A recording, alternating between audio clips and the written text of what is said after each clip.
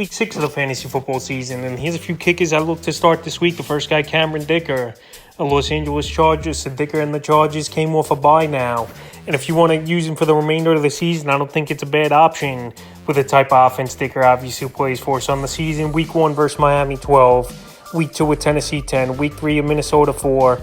And Week 4 versus Vegas, 6. So this week here, Monday Night Football, good matchup obviously versus the Dallas Cowboys, what could be a potential shootout between both of these teams. So right now, this Cowboy team's a bend but don't break defense on most weeks here, even though we just saw the San Francisco 49ers destroy them and put up 42 points in that game. So right now, like I said, I think he's going to get opportunities. It's a potential shootout, an indoor game, which is always a plus here for the Los Angeles Chargers. Now to get Austin Ekeler back in the lineup as well is another good plus. So right now, Cameron Dicker, it wouldn't be surprising to me if he reaches his third double-digit game of the season.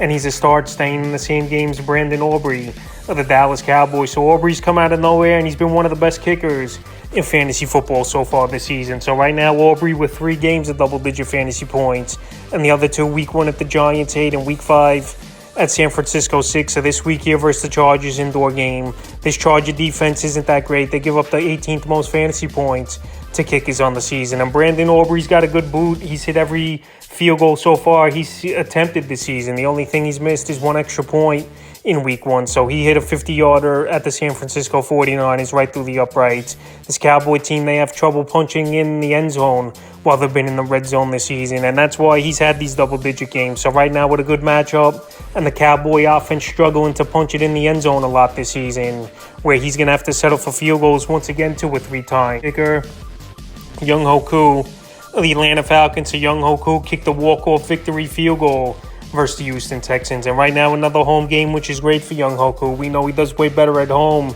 than he does on the road. I know this season he hasn't had that patented double-digit fantasy day as Younghoe Koo. His best day was Week 2 versus the Packers with 11, and then Week 3 versus at Detroit, 7. Week 4 at Jacksonville, 1. And Week 5 versus Houston, 7. But this week, a great matchup versus the Commanders that give up the most fantasy points to kickers on the season. And this could be a potential shootout between these two teams. I know the defense for Atlanta has been pretty solid this season, but right now, indoor game once again. They won last week's game 21-19, which isn't high scoring obviously, but this Commander team a better offense, I believe, than the Texans in terms of moving the football quickly downfield. So this week in a potential shootout, and Koo once again at home, I have him as a start. This week, next kick is Matt Gay of the Indianapolis Colts. So Gay in the offseason leaving the Rams and going to Indianapolis. That's given one of the highest paid contracts of all time at the kicker position. And so far this season, he's been very solid, is Matt Gay. So the last 3 weeks for him, Week 3 at Baltimore, 24 fantasy points.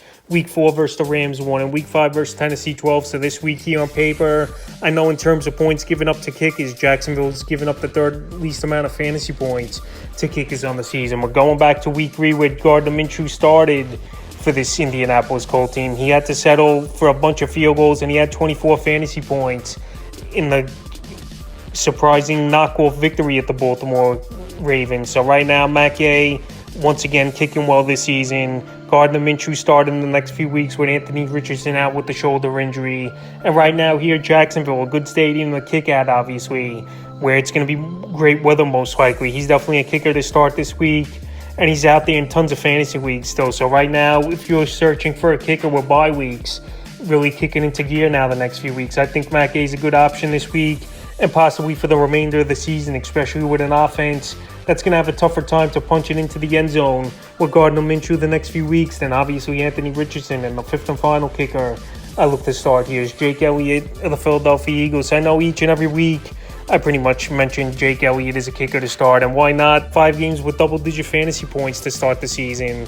He's in a high-powered offense, one of the best offenses in football, if not the best. Eagles 5-0 in the season, and this week here, great matchup at the New York Jets, where I know they got a pretty solid defense, but in terms of giving up fantasy points to kickers, they give up the 2nd most points to kickers on the season. So they're bend but don't break unit in the red zone. And this Eagle team, once again, I think they're going to go into New York, put up 25, 30 points minimum, and Jake Elliott's going to be a big part of it once again. It wouldn't be surprising to me if it's his 6th straight double-digit fantasy game to start the season. So that's a few kickers I look to start for Week 6 of the fantasy football season.